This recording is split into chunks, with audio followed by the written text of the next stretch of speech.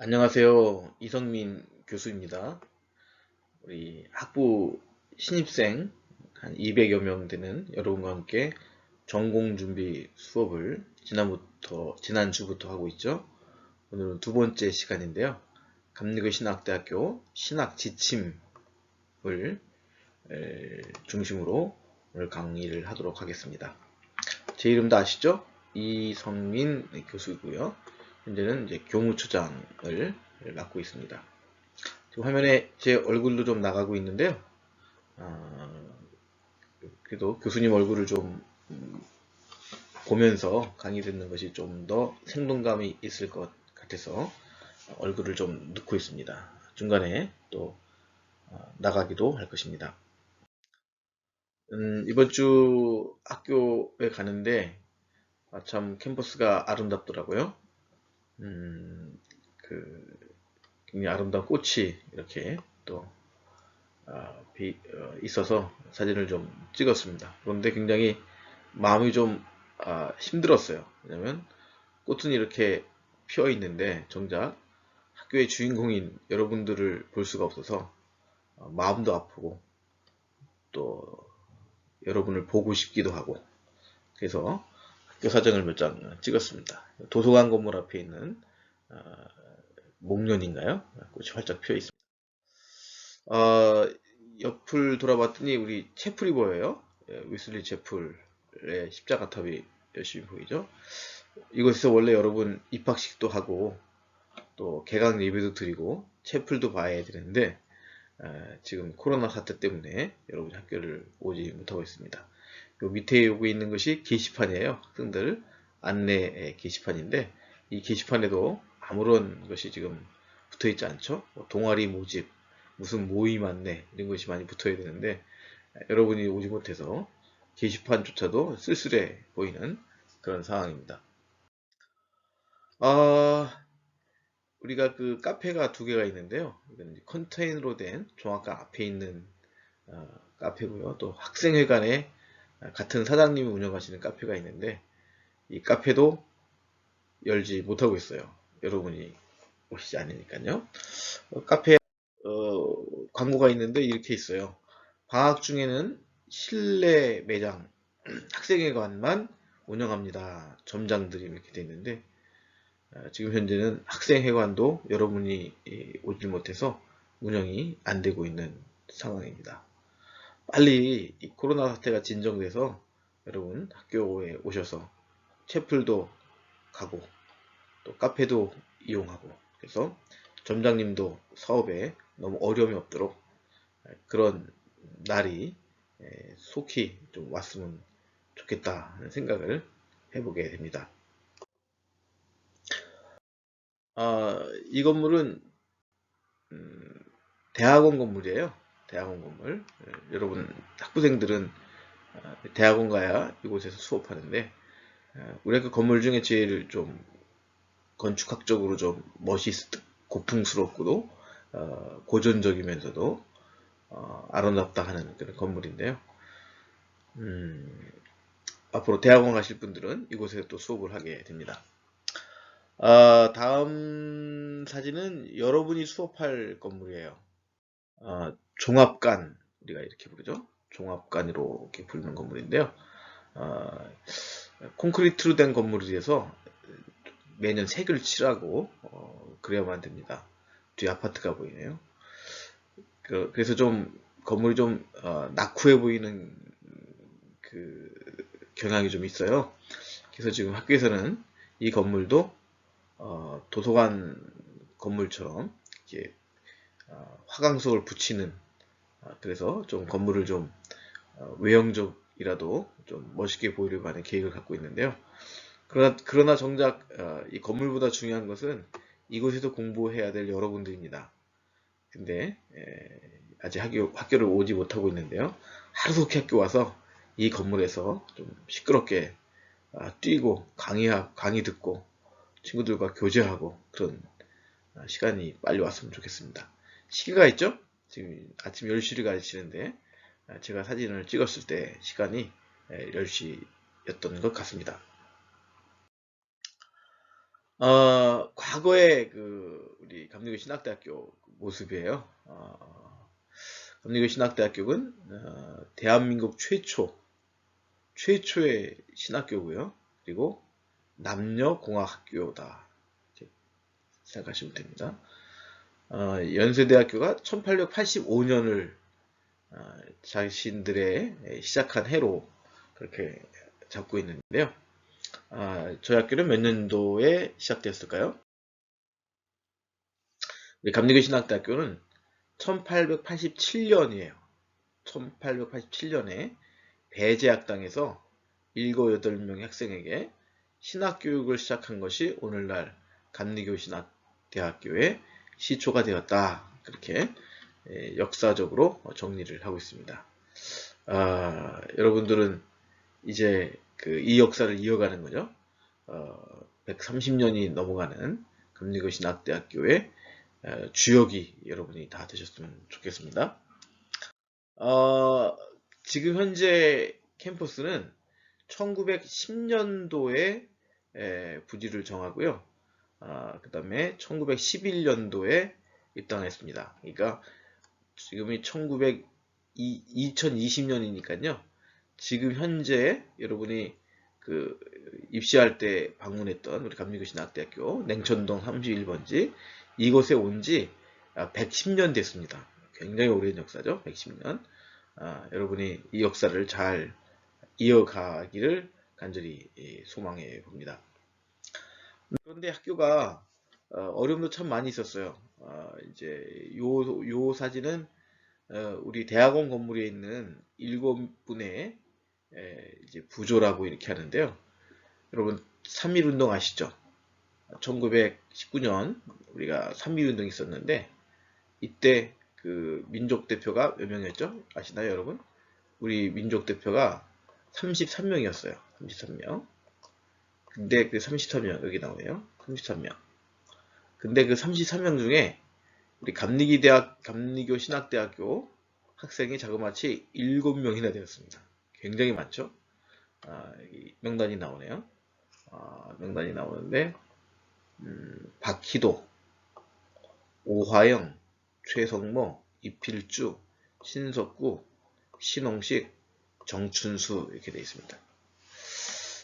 안타까운 이름도 보이네요. 이 정춘수 요분은 이때는 이제 3.1운동 할 때는 독립선언서에 서명한 33인 중에 한 명, 감신 7명의 우리 선배 중에 한 명인데 이분은 이제 우리가 역사적으로 또 친일파로 친일을 했다고 그렇게 평가를 부정적으로 받기도 합니다.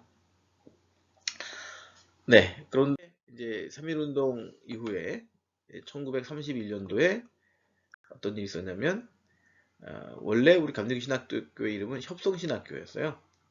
협성신학교가 1887년 이제 시작된 거로 우리가 아까 봤잖아요. 근데 여자 신학교가 또 있었어요. 여자 신학교가 협성 여자 신학교인데 이것이 1931년도에 합병을 하게 됩니다. 그래서 지금 여러분들은 남학생, 여학생 같이 이제 공부를 하고 있는 것이죠. 여학생들의 숫자가 많이 늘어나고 있습니다. 지금 거의 한 30% 정도, 10명 중에 한 3명 정도는 여학생들이 입학하고 있는데, 그렇게 남녀공학이 된 것은 1931년도였다. 감신의 역사이죠.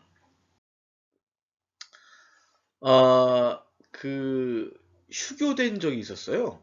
휴교된 적.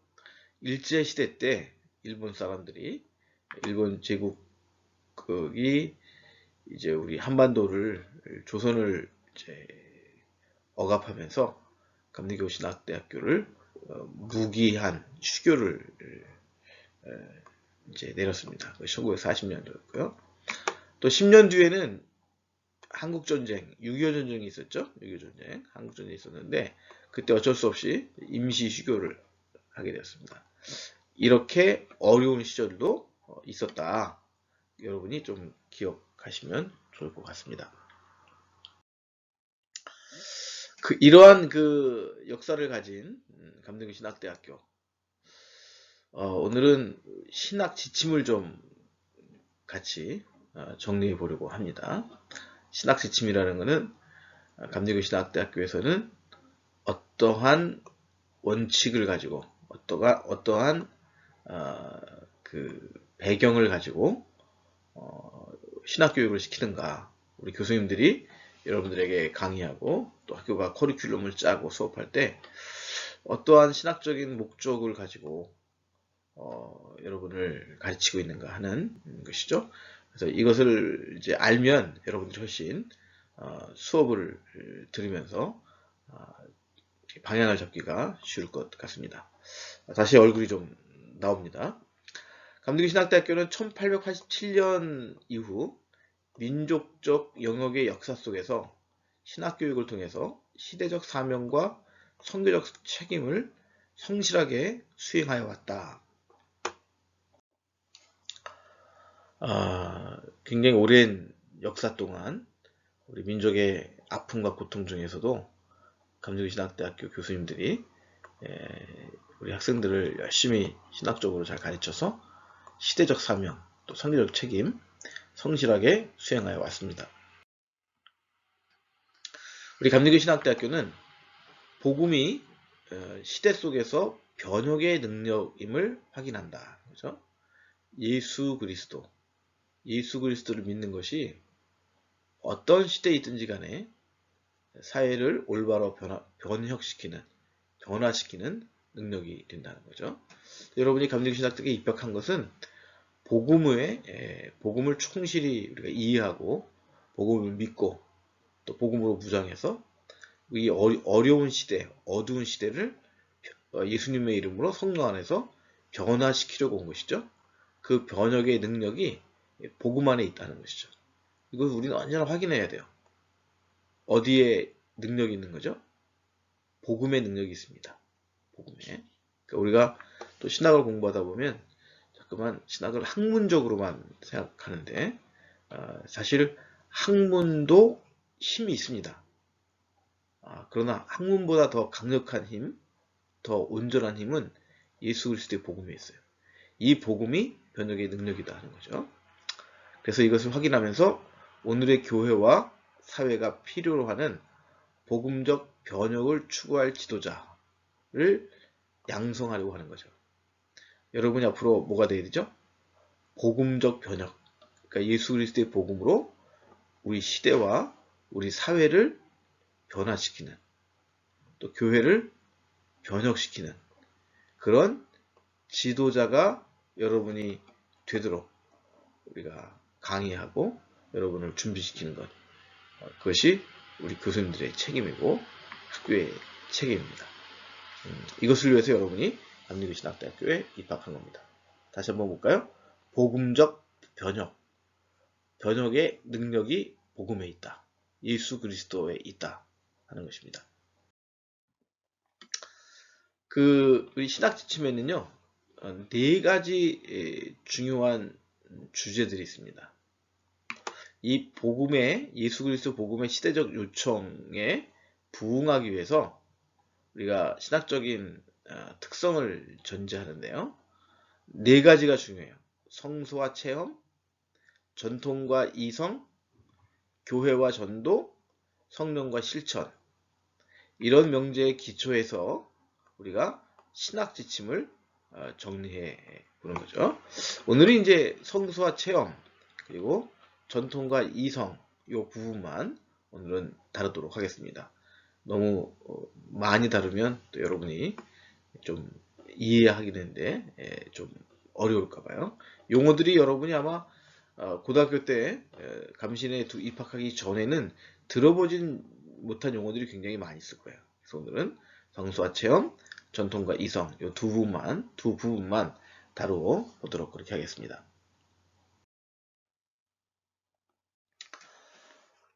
첫 번째 성소와 체험입니다. 성소와 체험. 우리 신학은 성경과 우리 감리교의 창시자죠.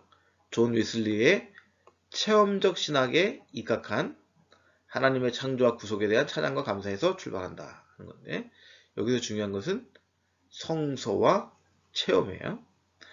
먼저 성소에 대해서 좀 정리를 해보도록 하겠습니다. 교회에서는 보통 일반적으로 성경이라고 많이 쓰죠. 근데 이제 신학을 공부하다 보면 또 성서라는 표현도 좀 쓰고 있습니다. 중요한 건 뭐냐면 성경이 감리교 신학대학 신학의 출발점이다 하는 겁니다. 기초다, 기본이다. 가장 중요한 거는 성경이다. 여러분, 우리 학교 입학할 때까지 성경을 얼마나 읽으셨는지 모르겠는데 성경 정말 열심히 읽으셔야 돼요. 창세기부터 말라기까지 구약성경, 마태복음에서 요한계시록까지 신약성경. 그 성경을 충실히 알지 못하면 신학을 제대로 공부하기가 어려워요. 왜죠? 모든 신학의 출발점은 성경이니까. 성경에서 신학이 출발하니까요. 성경은 뭐죠? 하나님의 말씀이 기록된 거예요. 기록된 하나님의 말씀, 이것을 우리가 성경이라고 합니다. 천주교는 예전을 굉장히 중요시 여깁니다. 미사라 그러죠. 성찬식을 굉장히 중요시 여기는데 우리 개신교회, 우리 교회에서는 성경을 제일 중요하게 여겨요. 우리가 성부, 성자, 성령 삼위일체 하나님을 믿죠? 그 하나님 다음으로 중요한 것이 성경이에요. 왜냐하면 이 성경에 하나님이 누구신지 나타났기 때문이에요. 계시, 어려운 말이에요. 하나님이 어떤 분이신지 자세히 또 정확하게 보여지는 책, 그것이 성경이죠. 그래서 우리가 하나님을 믿지만, 예수님을 믿지만 어디에 근거한 거죠? 성경에 근거해서 예수님을 믿는 거죠. 그런데 그 성경은요, 어디에 초점이 맞춰 있을까요? 신구약 성경. 창세기부터 말라기까지. 신약은 마태복음에서 요한복음까지. 신약뿐만 아니라 구약도 성경 전체가 예수 그리스도에 대한 역사적 증언들이에요. 예수님은 십자가에서 돌아가셨습니다. 그 예수님의 십자가는 우리의 죄를 씻기 위한 것입니다. 근데 그 예수님이 다시 부활하셨습니다. 지금도 그 예수님은 살아계십니다. 이렇게 예수님에 대한 역사적 증언이 어디에 들어있는 거죠? 성서에, 성경에 들어있는 거죠. 그런데 우리가 이 성경 말씀을 볼 때 성경을 해석해야 되잖아요. 성경을 이해해야 되잖아요. 그럴 때 비평 방법들을 우리가 사용해요. 여러분이 어떤 책을 읽을 때 우리는 어떤 책을 읽을 때 그냥 아무렇게나 책을 읽지 않고요. 어떤 시각에서 어떤 기준을 가지고 어떤 그 기준을 가지고 성경을 읽잖아요. 그런 것들을 비평 방법론들이라 그렇게 얘기하는데요. 그런 비평 방법론을 가지고 성경을 우리가 연구하고 묵상하고 한다는 거죠. 성경의 권위, 이것은 단순하게 성경이 어떻게 기록되었는가에 대해 있는 것이 아니라 성경이 참 중요한 건 뭐냐면요. 성령의 도우심이 필요해요.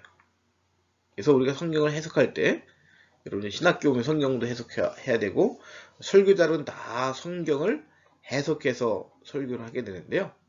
성경 본문에 있는 시간적, 공간적 간격을 뛰어넘게 한다는 거죠. 우리 신약 성경은 2000년 전에 쓰여진 책이고요.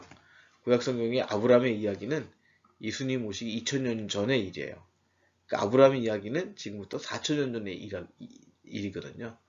그 시간적, 공간적 간격이 굉장히 커요. 그런데 성령께서 도와주세요. 성령께서 성경을 잘 해석하도록 도와주셔서 성령의 도움을 받아서 그 시간적, 공간적으로 굉장히 우리와 관계가 먼 책임에도 불구하고 오늘 성령을 통해서 우리에게 말씀하시는 하나님의 선포다.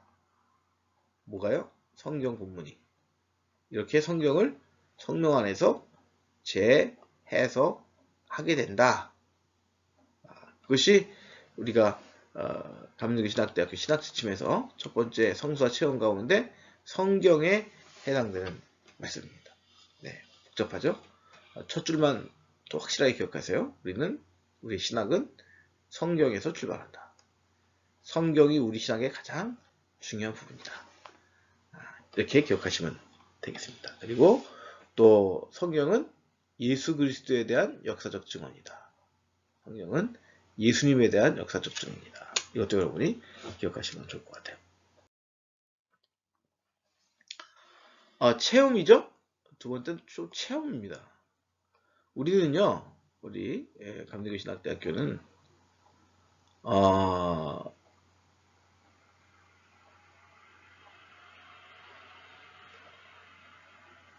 감리교 신학대학교는요, 그 성경을 중요시 여기면서 또 하나는 요한 웨슬리의 체험적 신앙을 굉장히 중요시 여겨요.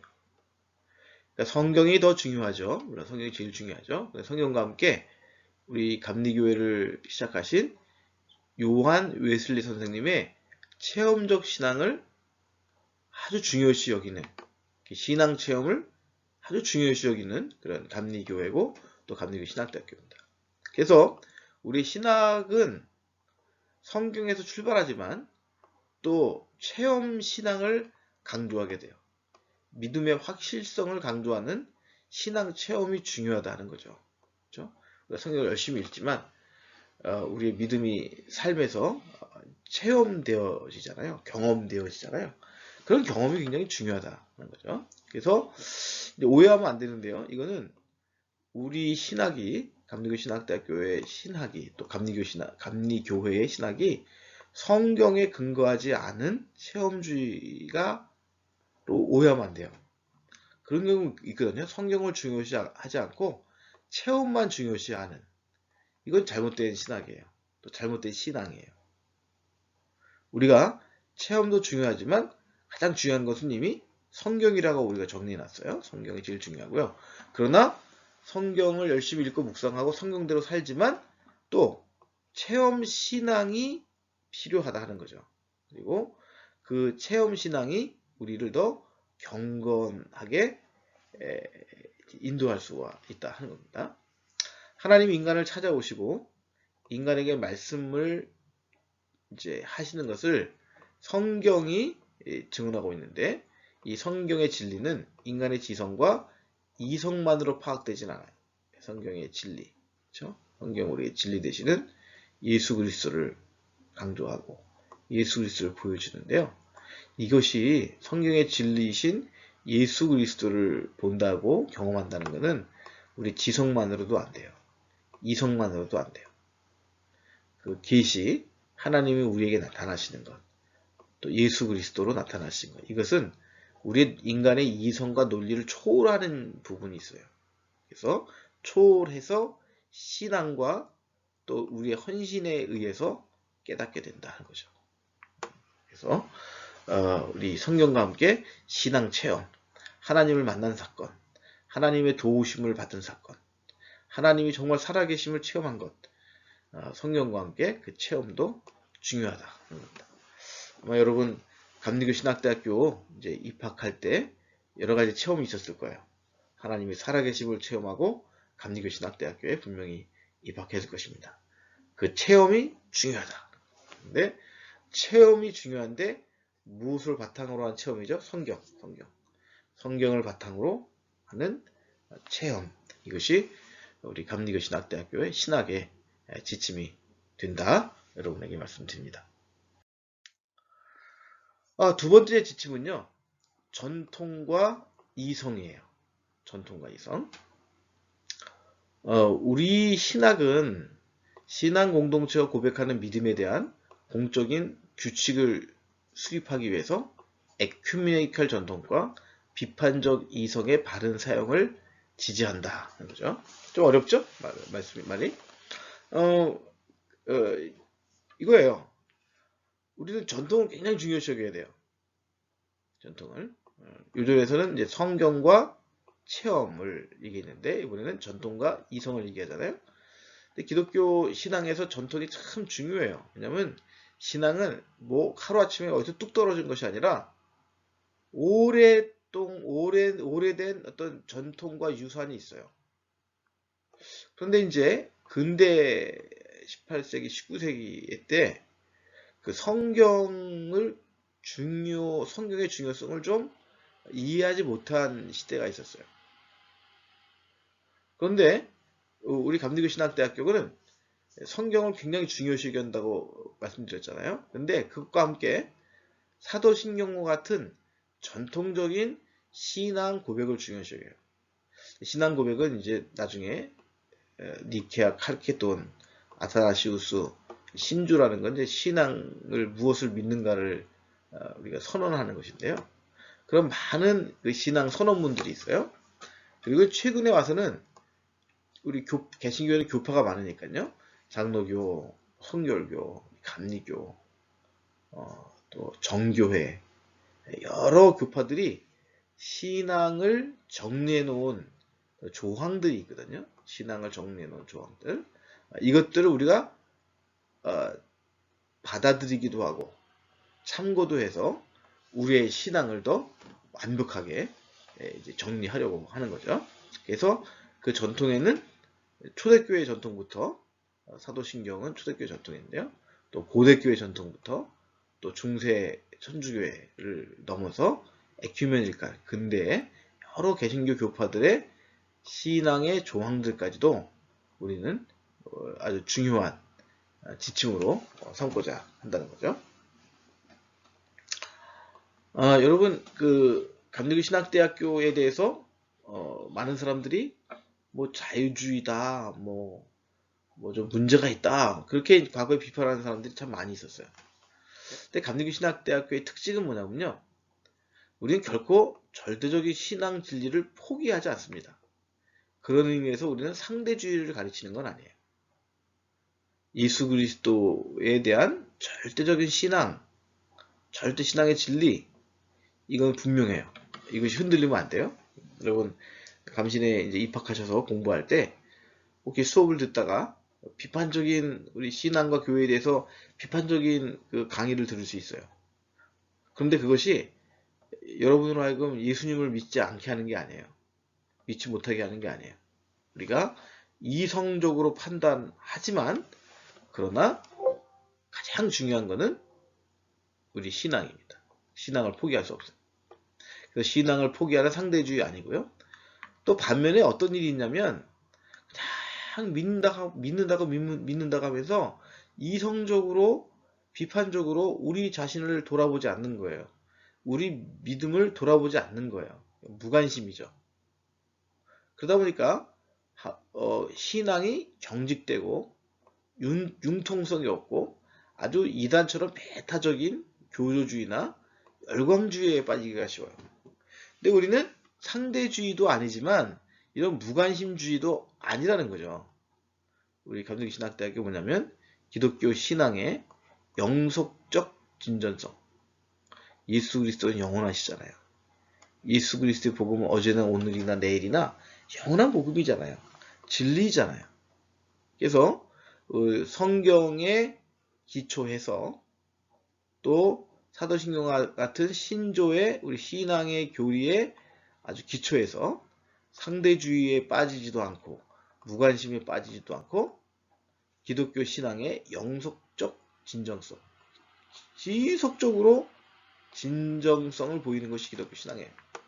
그것을 사회적, 시대적 완성 사이의 균형 잡힌 이해를 추구한다는 거죠. 이제 그 한편으로는 세상을 이제 돌아보면서도 또 한편으로는 완전하신 하나님, 완전한 복음을 충실히 마음속으로 간직하고 있는 거죠. 그래서 확실한 복음을 가지고 세상을 돌아보고 세상과 대화하고 세상을 치유하는, 그래서 전통과 함께 우리의 이성도 강조되는 것이 바로 감리교 신학대학교의 신학지침이다. 이렇게 여러분에게 설명을 좀 하고자 합니다. 네, 사도신경이죠. 제가 한번 이제 세 번역인데요. 한번 읽어볼게요. 나는 전능하신 아버지 하나님, 천지의 창조주를 믿습니다. 나는 그의 유일하신 아들 우리 주 예수 그리스도를 믿습니다. 그는 성령으로 잉태되어 동정녀 마리아에게 나시고 본디오 빌라도에게 고난을 받아 십자가에 못 박혀 죽으시고 장사된 지 사흘 만에 죽은 자 가운데서 다시 살아나셨으며 하늘에 오르시어 전능하신 하나님 아버지 우편에 앉아 계시다가 거기로부터 산자와 살아있는 자와 죽은 자를 심판하러 오십니다. 나는 성령을 믿습니다. 또 거룩한 교회와 성도들이 서로 교제하는 것과 죄를 용서받는 것과 몸의 부활과 영생을 믿습니다. 아멘. 네, 우리 전통에서 아주 중요한 것이 사도신경이죠. 여러분 사도신경을 하루에 한두 번씩 꼭 암송하고 선포하시기 바랍니다. 우리는 삼위일체 하나님 믿죠? 창조주 하나님 믿고 그 다음에 예수 그리스도를 믿죠. 그리고 성령을 믿죠. 성령 하나님을 믿죠. 이것이 우리가 삼위일체 하나님을 믿는 거예요. 그리고 예수님에 관해서 아주 구체적으로 우리의 믿음을 표현한 것이 사도신경인데요. 이 사도신경은 하나님을 믿고 성령님을 믿고 예수님을 믿으라 그랬는데 예수님에 관한 그 조항이 너무 많아요. 굉장히 많아요. 그렇죠? 여기서부터 여기까지가 누구에 대한 신앙 고백이에요? 예수님에 대한 신앙 고백. 하나님에 대해서는 짧아요. 우리는 하나님, 창조 하나를 믿습니다. 또 난 성령을 믿습니다. 세 단어밖에 안 돼요. 예수님에 대해서는 예수님을 믿는데 8가지를 믿어요. 성령으로 잉태된 것, 마리아에게 난 것, 고난을 받으신 것, 죽으신 것, 그 다음에 살아나신 것, 하늘에 오르신 것, 하나님 우편에 지금 앉아 계신 것, 앞으로 하늘로부터 산자와 죽은 자를 심판하러 세상에 오실 것. 이렇게 적어봤지? 하나, 둘, 셋, 넷, 다섯, 여섯, 일곱, 여덟. 예수님에 대해서는 8줄, 8항목을 믿는다고 사도신경은 고백을 하는 거예요.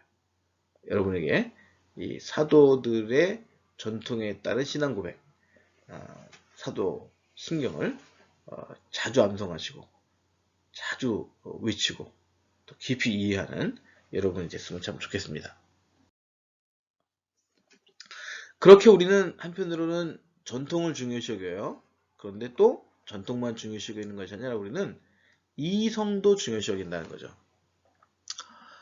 성경, 전통, 체험으로부터 발전된 기독교 교리는 비판적 이성에 의해서 일관성과 명료성을 획득해야 되는 거죠. 여러분, 하나님께서 우리에게 주신 아주 중요한 인간이 갖고 있는 어떤 일반적으로 다른 생물에게는 찾기 어려운 것이 바로 이성이에요. 이성. 하나님은 우리 사람에게는 이성을 주셨어요. 판단할 수 있는, 지식적으로 판단할 수 있는 그 능력을 주신 겁니다. 그래서 전통은 과거로부터 만들어진 거라면 그 전통을 이성으로 분별하고 판단할 필요가 있는 거죠. 전통 중에는 좋지 않은 전통도 있잖아요. 이단의 전통도 있잖아요. 그것을 이제 성경이 우리의 파운데이션이고, 성경이 우리의 기초고, 그 다음에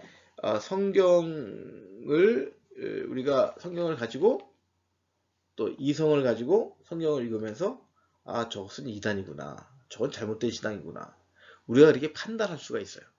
그래서 그것이 바로 비판적 이성에 의해서 우리가 믿는 교리가 일관성과 명료성을 가져야 돼요. 이해가 되시죠? 맹목적으로 믿는 게 기독교 신앙이 아니에요.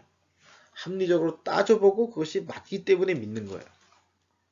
그러므로 계시와 이성, 신앙과 과학, 은총과 자연 사이의 연관성을 식별하려는 신학적 노력은 신앙 공동체를 파괴하지 않은 것이 아니라 오히려 우리 시대의 사람들이 믿을만하고 통화 가능한 교리를 발전시킴으로써 교회의 선교적 사명을 감당하는 데 있어서는 안 될 중요한 작품이다. 하는 거죠.